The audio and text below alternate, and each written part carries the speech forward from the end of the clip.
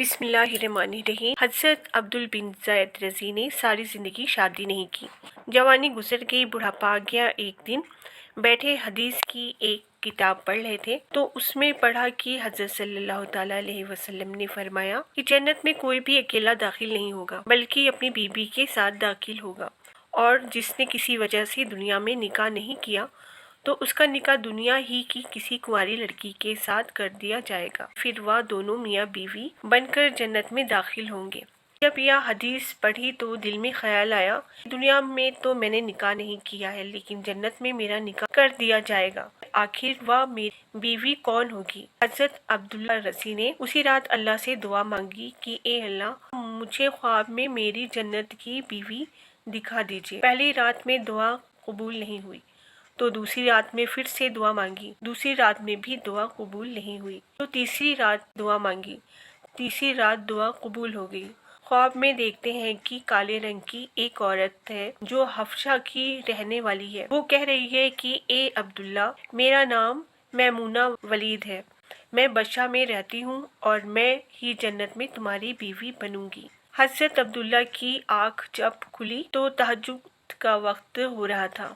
اٹھے اور وضو کر کے تہجد کی نماز پڑھی اور پھر تھوڑی دیر کے بعد فجر کی نماز پڑھ کر اپنا اونٹ لیا اور بصرہ کی طرف چل دیے۔ حضرت عبداللہ بن زید رضی مشہور لوگوں میں سے تھے، اسی لیے جب وہ بصرہ پہنچے تو لوگوں نے ان کا بڑا استقبال کیا اور پوچھا کہ حضرت ہمارے شہر میں کیسے آنا ہوا؟ حضرت عبداللہ نے فرمایا کہ میں ایک عورت کی تلاش میں یہاں آیا ہوں، اس کا نام میمونہ ولید ہے، میں اسی سے ملنا چاہتا ہوں۔ یہ سن کر لوگوں کو بہت حیرانی ہوئی اور کہا کہ حضرت، آپ اتنی دور سے میمونہ ولید سے ملنے آئے ہیں؟ فرمایا ہاں، کیا میں اس سے نہیں مل سکتا؟ لوگوں نے کہا نہیں حضرت، ایسی بات نہیں ہے، بلکہ وہ تو ایک پاگل سی عورت ہے، لوگ اسے پتھر مارتے ہیں۔ حضرت عبداللہ نے پوچھا پتھر کیوں مارتے ہیں؟ لوگوں نے بتایا کہ حضرت، وہ عورت عجیب عجیب حرکتیں کرتی ہے، اگر کسی کو پریشان اور روتا دیکھے تو اس کے پاس جا کر کھڑے ہو کر زور زور سے ہنسنے لگتی ہے، اور اگر کسی کو ہنستا دیکھے تو اس کے پاس کھڑے ہو کر رونے لگتی ہے۔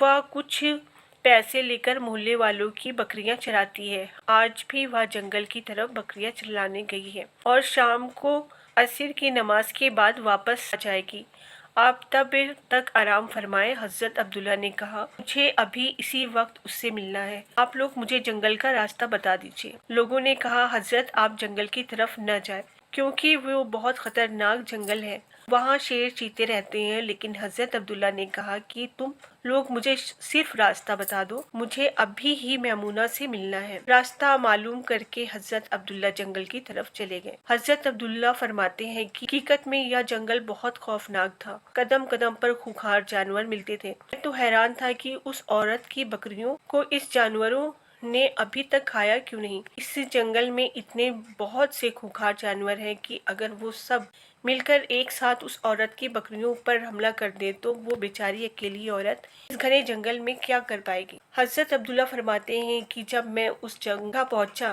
جہاں میمونہ ولید موجود تھی تو اس جگہ کا منظر دیکھ کر اور زیادہ حیران رہ گیا، کیونکہ میمونہ کی بکریاں کوئی اور چرا رہا تھا۔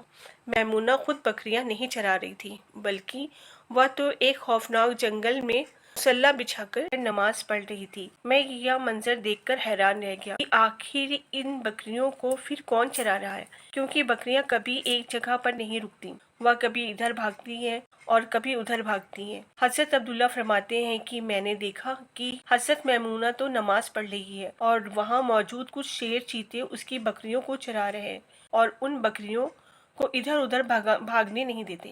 یہ منظر دیکھ کر میں تو حیران رہ گیا کہ آخر شیر چیتے اور بکریوں میں دوستی کیسے ہو گئی؟ شیر چیتے تو بکریوں کو دیکھتے ہی چیر پھاڑ کر کھا جاتے ہیں، لیکن آج یہ کا نظارہ تو بالکل الگ تھا۔ اتنی دیر میں حضرت میمونہ نے نماز سے سلام پھیرا اور میری طرف دیکھتے ہوئے کہا اے عبداللہ، ہمارا وعدہ تو جنت میں ملنے کا تھا، تم یہاں دنیا میں مجھ سے کیسے ملنے آ گئے؟ حضرت عبداللہ فرماتے ہیں یہ سن کر مجھے اور زیادہ تعجب ہوا کہ میمونہ کے ساتھ میری یہ پہلی ملاقات تھی، تو آخر اسے میرا نام کیسے معلوم ہو گیا؟ میں نے حضرت میمونہ سے پوچھا کہ آخر تمہیں میرا نام کیسے معلوم ہوا؟ تو انہوں نے فرمایا کہ اے عبداللہ، جس رب نے